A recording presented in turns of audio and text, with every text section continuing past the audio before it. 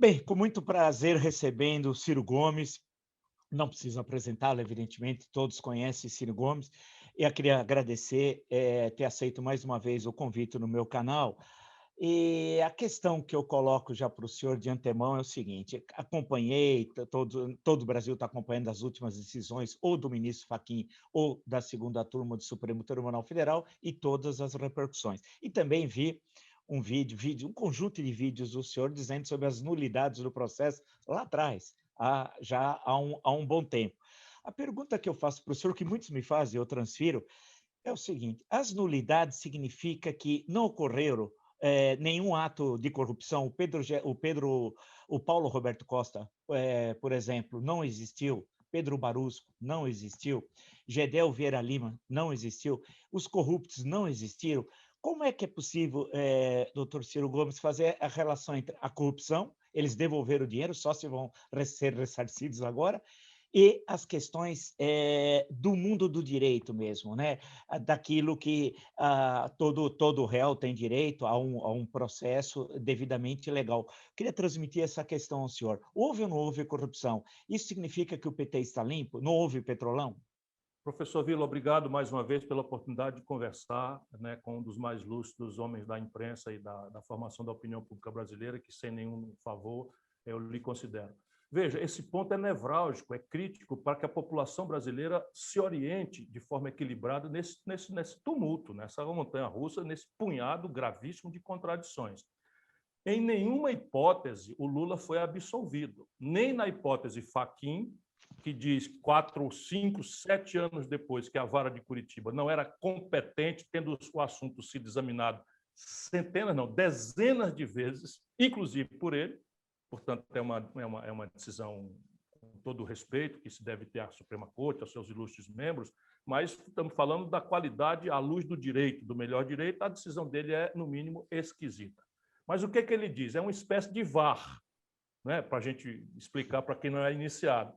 Então, os lances aconteceram e há uma dúvida, não é, se aquele lance é válido ou não. Nesse caso, se a vara de Curitiba era pertinente, era o juízo natural ou não.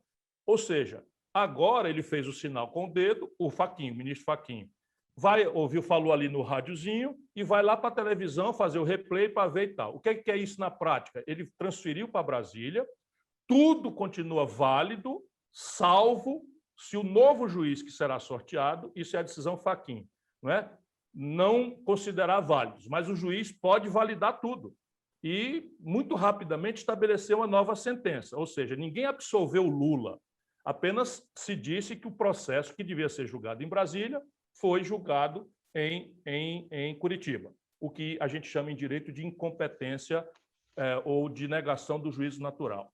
A decisão que está pendente de deliberação, empate em 2-2, já é diferente. Essa decisão, ela declara o Sérgio Moro suspeito. E, por declarar o Sérgio Moro suspeito, todos os atos processuais que o Sérgio Moro tenha participado, assinado, são nulos e irrecuperáveis. Ainda assim, não se declara a inocência do Lula. Não se declara a inocência do Lula. Disse apenas que a partida de futebol, o Corinthians e Palmeiras, foi arbitrada, foi apitada por um juiz que se pilhou depois corrupto, que vendeu o resultado. Neste caso, a partida é toda anulada, o juiz é punido e marca-se uma nova partida para decidir se o Palmeiras ou o Corinthians é que vão ganhar aquela etapa da coisa. Numa e noutra, é perplexo para a sociedade brasileira porque é tanto tempo depois. Isto é correto. É uma pergunta que não se explica. Infelizmente, revela uma hipersensibilidade, na minha opinião, incorreta, do Poder Judiciário brasileiro aos sopros da política. Isto dito, vamos refletir concretamente, porque isso é que importa para o futuro.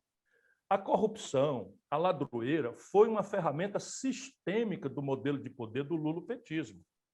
Eu sei muito doidamente, sem comemorar, nem ter nenhuma alegria de afirmar isso, porque eu estava lá em parte do tempo e denunciei concretamente. Veja, o Lula entregou Furnas para o Eduardo Cunha roubar, e qualquer pessoa pode recuperar na internet, e eu denunciei isso publicamente na data. O Lula convidou Michel Temer, um velho cidadão conhecido por roubar no Porto de Santos há 20 e tantos anos, O Lula nomeou ministro da Integração Nacional para dirigir o projeto de integração de São Francisco, um cidadão notório, o Gedel Vieira Lima, e a Dilma nomeou esse mesmo cidadão para vice-presidente da Caixa Econômica Federal. O Sérgio Machado era um homem do Renan Calheiros para roubar na Transpetro. Devolveram milhões. O Palocci era o braço direito do Lula. É preciso que a gente tenha clareza disso, senão nós não vamos nos reconciliar com o povo brasileiro. O Palocci não é uma figura lateral, sabe? Não foi uma concessão ao realismo político para obter poder ou apoio no Congresso. Não, era parte central do dispositivo de poder do lulopetismo e foi o ministro da Economia do Brasil e ministro da Casa Civil da Dilma, depois dos escândalos todos que o envolveram. O Palocci é réu confesso, devolveu 100 milhões de reais. Se eu for continuar com o conjunto evidente, não é, de testemunho de que a corrupção era uma ferramenta endêmica, estrutural, conceitual do modelo de poder do lulopetismo, nós vamos acabar esse programa meia-noite, não é? E ainda assim não exauriremos a quantidade de evidências disso. Eu ia perguntar uma outra questão, mas antes eu queria pontuar uma que o senhor destacou anteriormente. Há um manifesto aí que o senhor assinou também do julgamento do Moro no Supremo Tribunal Federal, né? O Aécio Neves assinou um manifesto também, segundo notícias que eu li. Evidentemente, se eu, o senhor ou a torcida do Flamengo assinam um manifesto, eu não tenho nada a ver com os outros que assinam também. Tudo bem, então não quero colocar essa questão, mas não causa estranheza, eu digo isso ao senhor, porque as pessoas falam muito comigo tal, e é legal, porque eu gosto de ouvir todos. Eu faço um corte de classes sociais os mais diferentes possíveis, até para entender as pessoas, né? Entender o que está acontecendo no país. Eles falam, é uma operação abafa, eles querem deixar tudo como está. Eles, nunca denominam quem são eles, mas eles é o poder, é um sentido muito vago. Eles não querem mudar nada, o Brasil vai ser sempre assim, e cai aquele desânimo e tal. Essa história do manifesto, por exemplo, não é estranho o Aécio Neves Não, causa completa estranheza. Deixa eu lhe dizer como é que modernamente, em tempo de lockdown, pandemia, como é que essas coisas acontecem. Me procuraram os companheiros do MST, com quem eu tenho um excelente relacionamento de respeito, de camaradagem, enfim. E me falaram do manifesto e se perguntaram se podiam afirmar a minha assinatura virtual, né? Porque você não assina, de fato, o manifesto. Felizmente, eu não vou ter esse documento com a minha assinatura junto do Aécio Neves. Mas eu autorizei, porque o manifesto, se você ler o termo, ele é muito sóbrio. Ele diz um truísmo, ele diz uma obviedade. Ele diz que todo brasileiro tem direito a um julgamento justo, de que os ritos da lei, o devido processo legal, deve ser garantido a todos. Ele não invade, não passa adiante para afirmar a inocência de Lula, nem a inocência do PT, nem significa qualquer tipo de alinhamento político.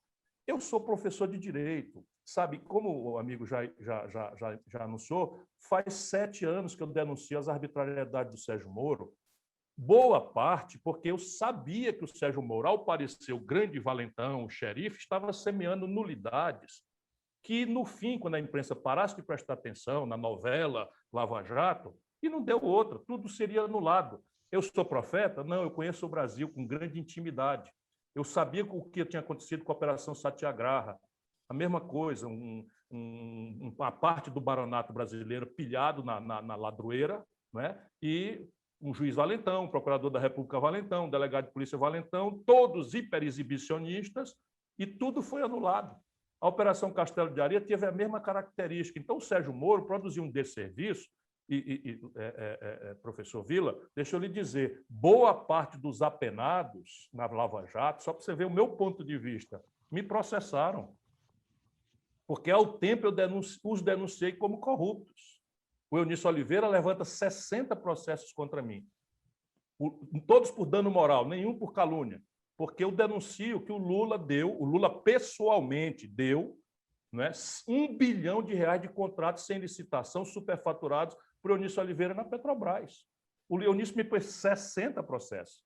Sabe? O Eduardo Cunha me processou, porque eu disse Lula, você vai entregar Furnas para o Eduardo Cunha roubar, ele vai comprar a maioria da Câmara e vai virar o presidente da Câmara e o homem na linha de sucessão. Me processou. O Michel Temer me processou. Ou seja, se tem um brasileiro, não é, que precisava que a impunidade não fosse o prêmio para essa grande bandidagem dos políticos brasileiros, eu estou numa posição bem honrosa nessa fila. Agora, isto quer dizer o quê? Que o Lula não merecia um processo devido? Merecia. Que ele teve o processo devido? Não teve. Não teve mesmo. Aquela condução coercitiva foi arbitrária, foi ilegal. Não é? A vinculação do Lula no sistema de causação dolosa do sítio de Atibaia com a Petrobras não tem nada a ver. Percebe? Isso quer dizer que o Lula é inocente? Não, não quer dizer em absoluto que o Lula é inocente. Se tem um brasileiro que sabe que o Lula é o grande responsável por tudo o que aconteceu na economia e na política no Brasil, sou eu. Porém, mesmo assim, até o pior bandido, e não é o caso, tem direito ao devido processo legal. Deixa eu lhe perguntar uma questão. Agora, o Aécio assinar isso é porque é a certeza da impunidade, porque o Aécio ter coragem, não é, de sair da descrição onde ele se refugiou para reclamar dos comportamentos judiciais, ele que tem sido acobertado, não é uma coisa absolutamente... Assim como o filho do Bolsonaro. Numa altura dessa, um povo morrendo, 2.000 pessoas por dia, daqui a pouco vamos chegar a 3.000, o lockdown fazendo desespero aí na contradição entre as pessoas que precisam trabalhar, produzir, sustentar seus negócios e aqueles outros que precisam que as pessoas se isolem por conta de uma barafunda sem precedente. O camarada vai lá e compra uma mansão de 6 milhões de reais. É a confiança que essa grande elite brasileira tem de que a impunidade é o seu prêmio. Deixa eu lhe colocar uma questão ainda que envolve também 2022. A Dilma, a ex-presidente Dilma, disse algo aproximado a isso, anotei muito rapidamente, sobre o senhor. Ciro é uma variante do Bolsonaro. Ele produz discurso de ódio. Dias atrás, Fernando Haddad disse, a direita poderá ter vários candidatos, Dória, Leite, Ciro, entre outros. Como é que o senhor analisa essas declarações? O senhor faz o discurso de ódio, o senhor é uma variante do bolsonarismo, o senhor é da direita? Os senhores acabaram de ouvir o meu discurso. Se isso for um discurso de ódio, por que a Dilma está tomada de ela sim de ódio e frustração? É que eu, procurando refletir sobre o futuro, não é pelo passado, eu quero refletir sobre o futuro com um sentido de humildade diante dos fatos e com a profunda vontade de uma reconciliação nossa com o nosso povo. Se nós não fizermos uma inteligência do que é o sentimento do nosso povo, por que o nosso povo, tão generoso, trabalhador, sofrido e humilhado como é, e que nos deu tantas vitórias, agora vota e ainda suporta por quase um terço um boçal genocida, sabe, desclassificado, corrupto, como é o presidente Bolsonaro? A explicação remonta à debacle que a Dilma produziu na economia brasileira e no escândalo generalizado e orgânico de corrupção, que foi uma ferramenta orgânica do modelo de poder. Aí, sabe o que é discurso de ódio? A Dilma nomeou Gedel Vieira Lima, que eu sei o que ela pensava nesta data sobre o Gedel Vieira Lima. Percebe? Eu não sou um observador distante, eu sei que não devassarei por ética, continuo pensando sobre ela, a mesma coisa que eu sempre pensei, que é uma pessoa boa, e que foi recrutada pelo Lula. O Lula acabou de fazer uma mentira, uma brincadeira extremamente grosseira, que a Dilma nasceu para ser mandada e não sabe mandar. E ela não se feriu com isso. Por quê? Porque, infelizmente, a verdade é essa. O chefão da máfia manda e essa turma toda repete. Então, tem um dia que o Ciro Gomes é o herói. Eu não gosto de me usar o terceiro nome, não. Eu estou falando como eles falam. Eu sou o herói, eu sou o maioral, o cara mais leal do mundo. Se eu quisesse, eu puxaria a Dilma para dizer em minha defesa o que ela pensa sobre mim. Eu sou a mesma pessoa. Eu disse, por exemplo, que era uma imprudência criminosa botar o Michel Temer na linha de sucessão. A Dilma disse na data que eu estava dizendo isso porque estava magoado. Percebe? Ela não é do ramo. Agora, o Bolsonaro derrubou a economia brasileira 4,1%. Nós estamos vociferando que o Bolsonaro está destruindo a economia, etc, etc, etc. O Bolsonaro alega de lá que todo mundo dizia que ia ser 9, ficou só 4,1 e diz que isso foi causado pela pandemia e tal. Qualquer bolsonarista vai para cima do PT, do lulopetismo, e diz assim, mas a Dilma, fora da pandemia, derrubou a economia brasileira 3,5% em 2015 e 3,2% em 2016. Ainda é o recorde de queda da economia brasileira histórico, aquele produzido pelo lulopetismo, não é? Pela Dilma. A Dilma fez um tarifaço que aumentou 30% a tarifa de energia elétrica no dia seguinte da reeleição. A Dilma nomeou o Elevi para o quinto nível do Bradesco para a ministra Econômica e quebrou o país. Então é o seguinte, isso é discurso de ódio, Vila? Sabe o que é? O Lula expandiu o crédito de 15% para 55% do PIB, a Dilma quebrou as famílias brasileiras. Sabe quantos brasileiros estão no SPC a partir do fim do governo Dilma? 70 milhões de pessoas. O Lula criou o FIES, o PT criou o FIES para bypassar a necessidade de ofertar uma escola pública gratuita de qualidade para o filho do trabalhador que não pode pagar mensalidade escolar. Criou o FIES.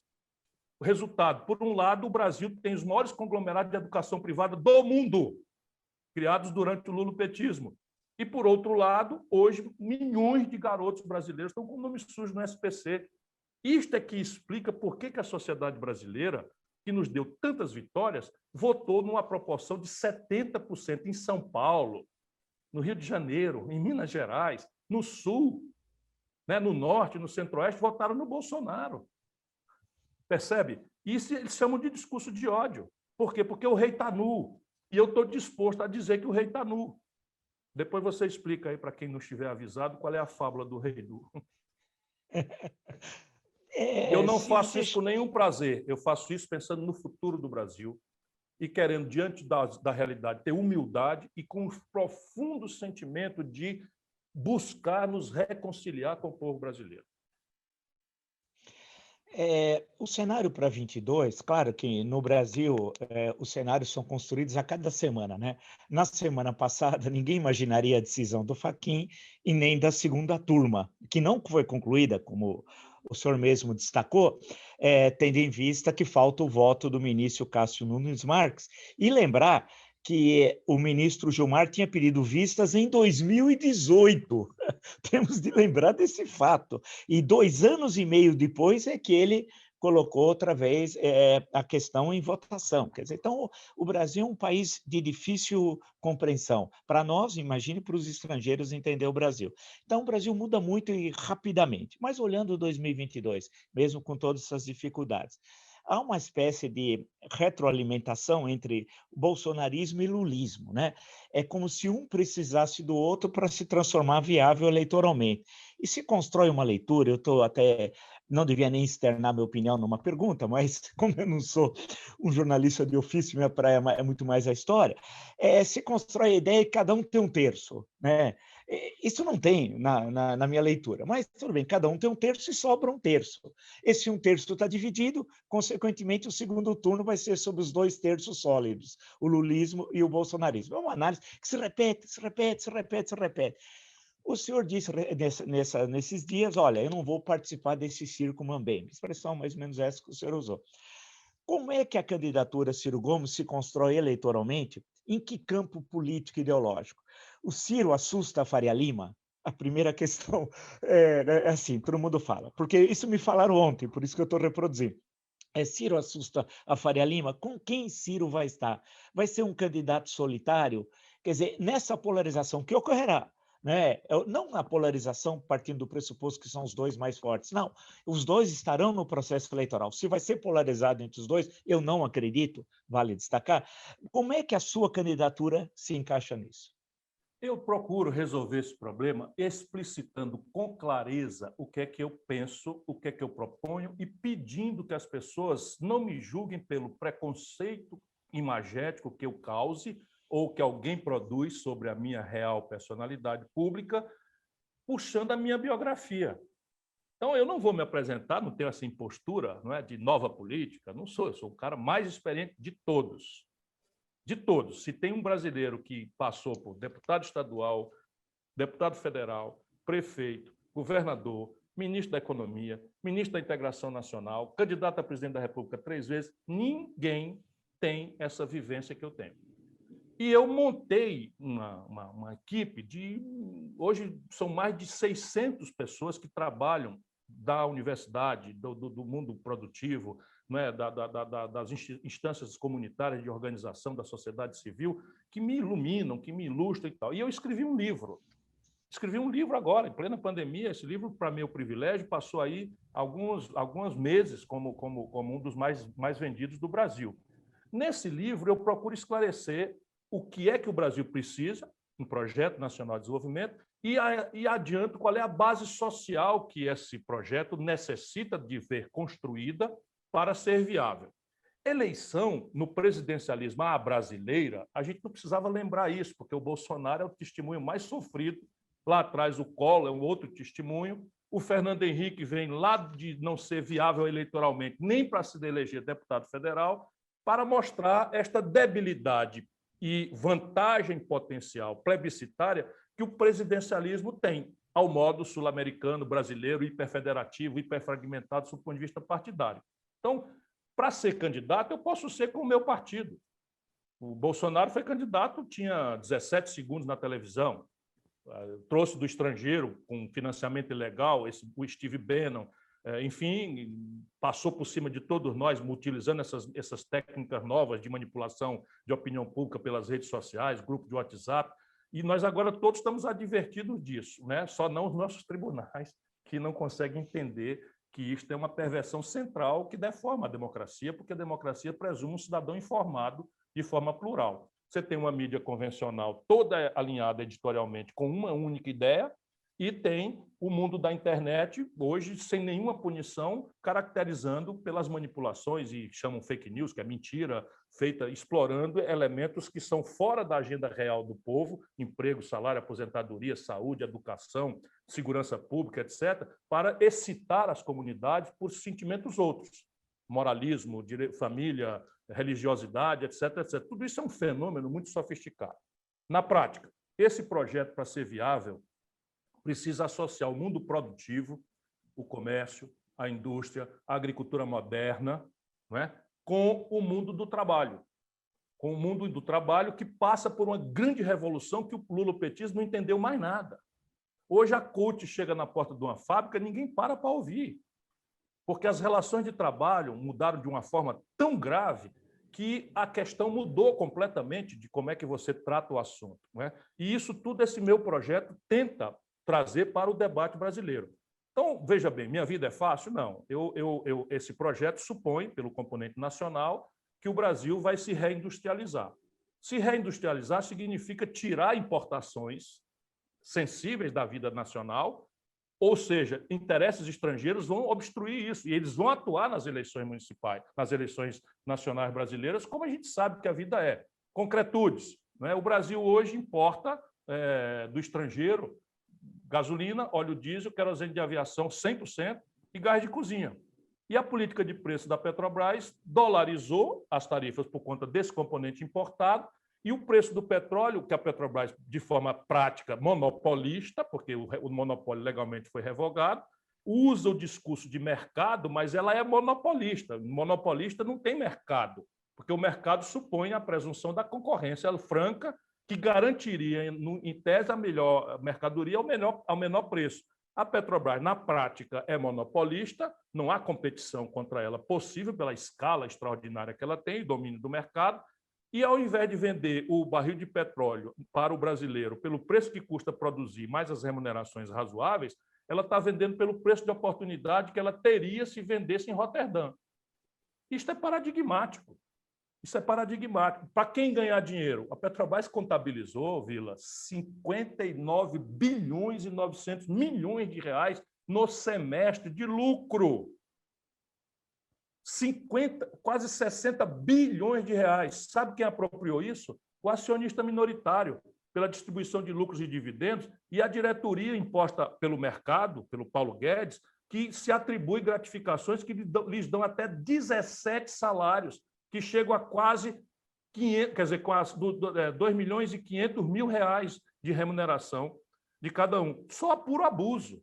Quem é que vai defender isso? Os caminhoneiros, manipulados aí pela demagogia do Bolsonaro? Eles não vão, não é esse o elemento, não é? Agora, o que é a Faria Lima? A Faria Lima é o representante do acionista minoritário, sob certo aspecto. Mas existe uma Faria Lima onde eu já trabalhei, eu já dei expediente na Faria Lima. Eu fui alto executivo da Companhia Siderúrgica Nacional, que fica na Faria Lima, para mim, por coincidência agradável. Pergunta ao meu chefe, o empresário Benjamin Steinbrück, que é o CEO da CSN, se eu não sei operar no mercado. Ou, se não, veja o que está acontecendo no Ceará. O Brasil é a maior desindustrialização do mundo, e nós aqui aumentamos o PIB industrial do Ceará todo ano. Simples como eu estou dizendo. Há 30 anos o Ceará não fala em crise fiscal. São Paulo está sem reajustar o salário dos seus funcionários há 6 anos. Percebe? Então, quem sou eu? Qual é o meu projeto? Ele está escrito, eu suporto um debate. Então, vamos lá, autonomia do Banco Central virou uma coisa religiosa. A autonomia do Banco Central, sabe o que é vulgarmente hoje, professor Vila? É o próximo presidente do Brasil, eleito pelo nosso povo, quero muito que seja eu, né? Eu sou devotado a isso, me preparei para isso, não tenho uma acusação moral na minha longa e extensa vida pública. Pois bem, sabe o que é na prática o que eles votaram agora? No meio da pandemia, da falta de vacina, do desemprego generalizado, portanto, não atende a agenda do povo, atende a agenda de alguém, né, que teve a capacidade de, em 15 dias da nova gestão da Câmara, votar às pressas uma coisa que simplesmente é assim. O próximo presidente da República eleito, quem quer que seja, vai governar com a diretoria do Banco Central nomeada pelo Bolsonaro. Atenção, Faria Lima, não vai, não. Se eu for o presidente do Brasil, sai todo mundo no primeiro dia. Virou as costas do Bolsonaro, é bom que a diretoria nomeada por ele caia fora toda. Como o senhor fará isso? Simplesmente convidando suas excelências a se demitirem. Sim. Ou a responderem processos penais, sabe, por tráfico de influência, tráfico de informação, não é? Manipulação de swap cambial, que eu conheço tudo o que está acontecendo. Atenção, Faria Lima, esse daqui é do ramo. Nesse cenário que o senhor está apresentando... Escuta aqui, o presidente da República, Jair Messias Bolsonaro, fez uma reunião com 6 generais e um homem do mercado, que é o Paulo Guedes, às 17h35, e disse a esse grupo seleto de generais de pijama e ao Paulo Guedes que ia mexer na Petrobras. 15 minutos depois, às 18 horas, saiu uma opção de compra completamente exótica de contratos de mercado futuro de ações da Petrobras, que apostavam que a Petrobras ia perder valor de mercado grandemente. Só para você ter uma ideia, é o seguinte, os negócios desse tipo de aposta eram 41 mil opções por dia, há anos, a média. Neste dia, foram quase 5 milhões de opções. E alguém, investindo 160 mil reais, ganhou 18 milhões de reais.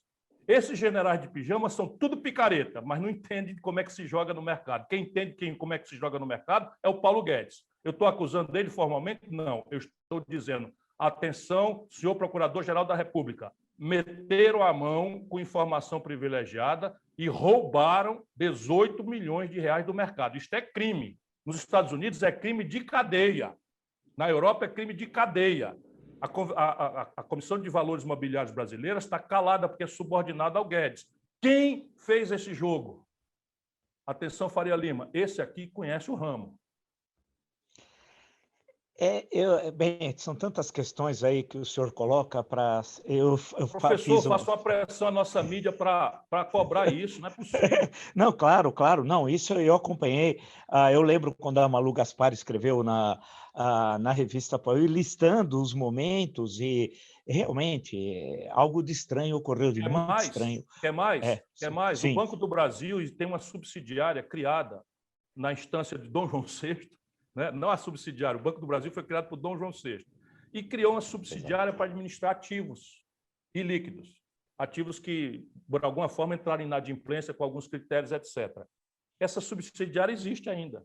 Nunca na história do Brasil, o Banco do Brasil terceirizou este ativo. Pois bem, o senhor Paulo Guedes pegou 3 bilhões com B de bola de ativos do Banco do Brasil, haveres do Banco do Brasil, e deu sem licitação formal, regular, para o BTG por 370 milhões. Sabe esse G de BTG? É Guedes. Ele não é mais sócio por cima do pano, pelo menos, né? Mas esse G originalmente é Guedes. Quer mais? O BNDES tem ativos na carteira do BNDES Par que valem ouro. Literalmente valem ouro. Esses senhores venderam 18 bilhões de reais de ativo agora na pandemia por 8 bilhões. A Vale do Rio Doce, que tem um share do governo federal, valiosíssimo, literalmente vale ouro, foi vendida para o BTG. Esse G é de Guedes. Ora, atenção, Faria Lima, vai acabar o assalto. E eu sei que a maioria de vocês não está interessada em assalto, são trabalhadores com ideologias esquisitas, mas não estão ganhando na mamata. Eu vou só para cima da mamata. É pegar justamente essa questão, que é o que conversam Se quiser comigo, as mais, pessoas. tem. Ah, Se tem? quiser Pode? mais, tem. Claro, A claro, Caixa pode. Econômica Federal está sendo criado, sem discussão com ninguém, um banco digital, que simplesmente, ao invés de ser uma subsidiária da Caixa Econômica, é uma empresa à parte. O Guedes já circulou nos Estados Unidos anunciando a privatização deste banco digital que vai ser criado, e esse banco digital vale ouro, porque a privatização, à moda Bolsonaro-Guedes, não é de ser, esse banco digital levará os ativos públicos, a saber, a conta vinculada do FGTS, por exemplo, dos trabalhadores. Tem questões complicadas. Eu queria retomar, Se quiser para não mais, perder o fio tem. da tem, claro. R Distribuidora, Tem. TAG, a refinaria Landulfo Alves, da Bahia. É uma roubalheira de braçada. E eu não sei se o Bolsonaro é cúmplice ou é só um corno, sob o ponto de vista cívico, por assim dizer, desta roubalheira que está acontecendo embaixo da conivência e da incapacidade dele. O caso da Petrobras, por exemplo, houve aquela intervenção do Bolsonaro, um assunto recente, quem nos acompanha evidentemente está sabendo, houve a queda das ações e o Bolsonaro dizia que a questão envolvia os caminhoneiros, o aumento do preço do diesel, etc, etc. O senhor listou uma série de outras questões da Petrobras, da sua vinculação com os preços internacionais, etc, deu vários exemplos. Numa eventual presidência do senhor, qual vai ser a relação do senhor com... lembrando a quem nos acompanha que a Caixa é 100% estatal, é diferente do Banco do Brasil, né, que tem suas ações negociadas no mercado. Qual será a relação do senhor com os bancos e empresas estatais, com o patrimônio da nação brasileira? Como que será? Veja como foi quando eu governei o estado do Ceará e como foi quando eu governei a economia brasileira por delegação do presidente Itamar Franco, não é, como ministro da Fazenda. O que é que eu faço nesses casos? Eu estabeleço contratos de gestão com metas, prazos, objetivos transparentemente anunciados. Como o controle é estatal, isso supõe que há objetivos sensíveis, estratégicos envolvidos ali na ideia. Ou então não faz sentido ter controle estatal. Por exemplo, eu nunca fui contra a privatização da telefonia no Brasil, não vejo problema nenhum. Minha crítica aqui é o marco regulatório, que é ruim, porque indexou as tarifas a dólar e o brasileiro paga a maior tarifa de telefone do mundo sem explicação para isso. O marco regulatório é ruim, porque permitiu uma concentração de mercado, que oligopolizou o telefone, mas isso é outro assunto. Petróleo e energia é diferente. Isso consulta coisas estratégicas. Por isso, Vila, que petróleo no mundo, 80% deles são estatais. Onde não é estatal, onde empresas nacionais absolutamente sensíveis aos objetivos estratégicos nacionais, ainda que privados, estão postos. América do Norte. O resto é estatal, em regimes os mais variados. Por quê? Porque o petróleo diz da vida ou da morte, diz da condição de operar a guerra, se for o caso, diz da operação dos preços relativos da economia, diz, enfim, dos ciclos especulativos, se eles vão imediatamente ofender, destruir as economias, ou se você tem capacidade de administrar círculos especulativos. Falando claro, os americanos mandaram matar um general iraniano, não é? E, de repente, o petróleo foi a $130. Qual é a razão para a Petrobras cobrar $130? Nenhuma razão. Então, como é que a gente faz? Estabelece um contrato, não é? Estabelece um plano estratégico para a Petrobras, define alguns objetivos que são sensíveis ao país. Os meus estão claros, inclusive. Eu vou verticalizar todo o complexo industrial de petróleo, gás e bioenergia como nacionais brasileiros. Significa necessariamente estatal? Não. Apenas haverá uma meta muito apertada de que o Brasil será, em pouco tempo, autônomo em matéria de refino e de produção de polímeros, novos materiais, toda a base da petroquímica. E vou fazer uma aposta muito grande em bioenergia para rivalizar globalmente com o carro elétrico que está aí. Enfim, está tudo sendo muito bem estudado, com muita gente me ajudando. Isso o mercado inteiro vai saber. E eu vou anunciar que quem achar ruim, o governo compra as ações. O Bolsonaro, como eu disse, o Bolsonaro simplesmente é um traidor dos compromissos que fez com a Faria Lima. A Faria Lima pode tratar comigo como um homem sério, que não tem precedente de dizer uma coisa e fazer outra. E isso é o que nós precisamos repor na vida brasileira. Pouco importa, o Bolsonaro é a favor do mercado, Paulo Guedes não sei o que e tal, Bolsonaro está destruindo a economia brasileira. E vamos ao jargão que a Faria Lima gosta. Relação PIB-dívida é o maior da história. 900 bilhões de reais é o déficit primário, olhando 12 meses para trás. A receita brasileira caiu 232 bilhões, o que não explica a interdição ideológica de não se fazer alguma coisa na receita pública, porque déficit é uma equação, um jogo de soma, é receita versus despesa. Nenhum lugar do mundo enfrentou as consequências da pandemia sem um conjunto de ferramentas que incrementaram a receita para fazer frente ao galope necessário da despesa, pelas razões óbvias de enfrentar a pandemia e as suas sequelas econômicas. Só este sofrido país. Então, se as pessoas não quiserem perceber, a dívida pública brasileira, 90% do PIB, um quarto dela, Vila, está vencendo em 4 meses. Esses caras estão quebrando o país. A taxa de juros nominal brasileira, da Selic, é a menor da história. Palmas para o presidente do Banco Central, que está fazendo, mas o governo brasileiro, atenção, Faria Lima, há muitos meses não rola um título pela Selic. Nunca mais o governo... Então, a Selic virou uma mentira. O governo está pagando 2 pontos, 3 pontos acima da Selic para girar. Nós já queimamos, brincando de especulação no câmbio, nós queimamos mais de 78 bilhões de dólares. Olha, dinheiro não aguenta pancada há muito tempo, não. Se vai continuar assim, e o câmbio está aí batendo em 5,80. E o governo torrando o câmbio. Então, Faria Lima, presta atenção. Eu, Ciro Gomes, governador do Ceará, fui ao mercado e comprei a dívida do Estado do Ceará, que ia vencer dali 15, 20 anos, comprei 100% dela. Há 30 anos esse Estado não sabe o que é crise fiscal. Nós temos o maior volume de investimento do Brasil, proporcionalmente, e o terceiro em valores nominais. O Ceará, um dos estados mais pobres do Brasil, paga um salário de professor maior do que São Paulo paga. Aqui, metade dos estudantes estão em escola em tempo integral profissionalizante. Isto é que é gestão. Olha no Google qual foi o superávit primário que eu, ministro da Fazenda, produzi. Mais de 5% do PIB. Na hora crítica do 4º trimestre, que é a hora da gastança, que é o resto a pagar, que é o empenhar, senão o mundo vai se acabar, fim de governo do Itamar, eu segurei as pontas. Percebe? Agora, francamente, é isso mesmo? Nós vamos ficar batendo palma para o desastre, vamos para o macro desastre.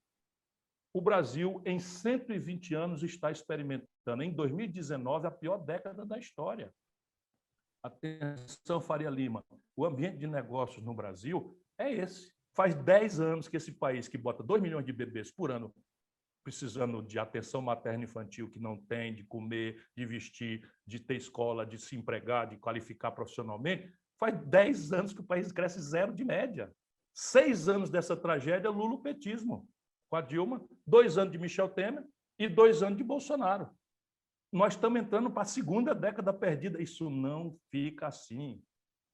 Não vai explodir revolucionariamente, porque o lumpen, na sua tragédia social, fica vulnerável a essas migalhas. O nosso povo está tão fragilizado, mas a violência explode por outros caminhos difusos.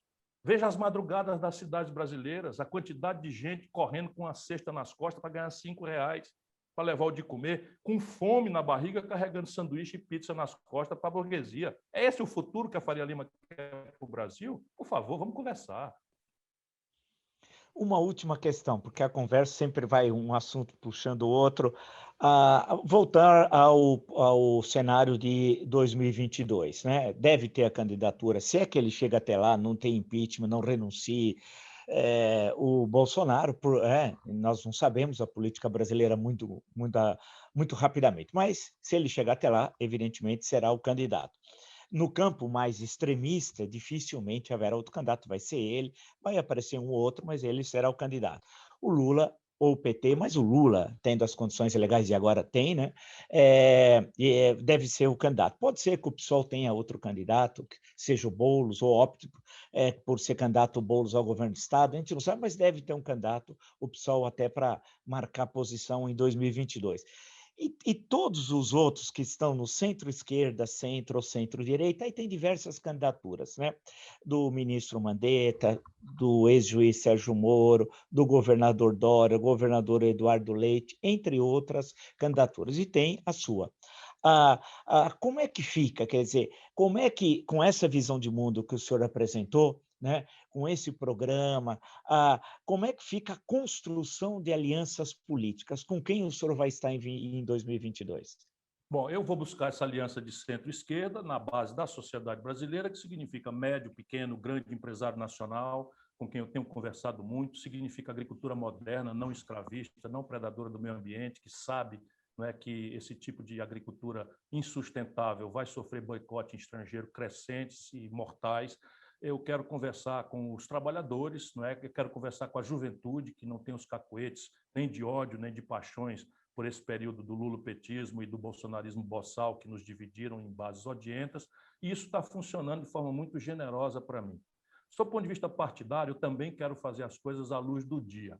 Então, veja, eu também vejo como você. Eu acho que o bolsonarismo boçal, com ou sem Bolsonaro, vai ter aí, eu não dou esses 30% que as pesquisas dão, porque ele vai pagar muito caro esse encontro macabro, né, da forma trágica e genocida com que administra a questão da vacina, do socorro emergencial e da tragédia econômica. Não dá para o Paulo Guedes empurrar com a barriga e conversa fiada, crescimento em V, papo furado, que o gás de cozinha vai cair para 35%. A realidade vai se impor. Nós temos 54% de aumento da gasolina, apenas. 41% de aumento do óleo diesel, apenas. Veja bem, olha onde é que vai a inflação brasileira, que os analistas querem dizer. A inflação e o câmbio a 5,80 tem uma pressão inflacionária, de maneira que hoje o salário mínimo, Vila, eu gosto de números para a gente poder qualificar a discussão, tem o menor poder de compra, sob o ponto de vista do custo de vida do povo, dos últimos 20 anos. Então, eu quero ver o Bolsonaro sobreviver a isso. Eu acho que ele tem entre 15% e 20%. Não é? 20% é a pior hipótese para a qual eu tenho que me preparar. Acho que, passada essa emoção legítima, né, da devolução das franquias subtraídas arbitrariamente do Lula, o Lula volta a ser um político normal num Brasil que mudou radicalmente de lá para cá. E aí nós podemos tratar com clareza das responsabilidades do Lula, né, na construção dessa tragédia. Será que haveria o bolsonarismo boçal sem a sequência de irresponsabilidades históricas do Lula? A última foi a imposição da Dilma, sem nenhuma experiência, que não consegue reunir um terço dos deputados para impedir aquilo que eles chamam um golpe, e que, tendo sido golpe, foi praticado pelo Senado, e sendo o Senado presidido pelo Renan Calheiros e pelo Eunício Oliveira, dois sócios fundadores do lulopetismo, na base da ladroeira e da roubalheira.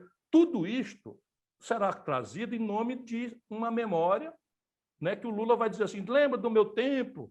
Era tudo muito bom. Né? Nós estamos como se não tivesse nada a ver com os dias seguintes desse tudo muito bom, uma farra consumista puxada a crédito, puxada a melhoria do salário mínimo, importante, né?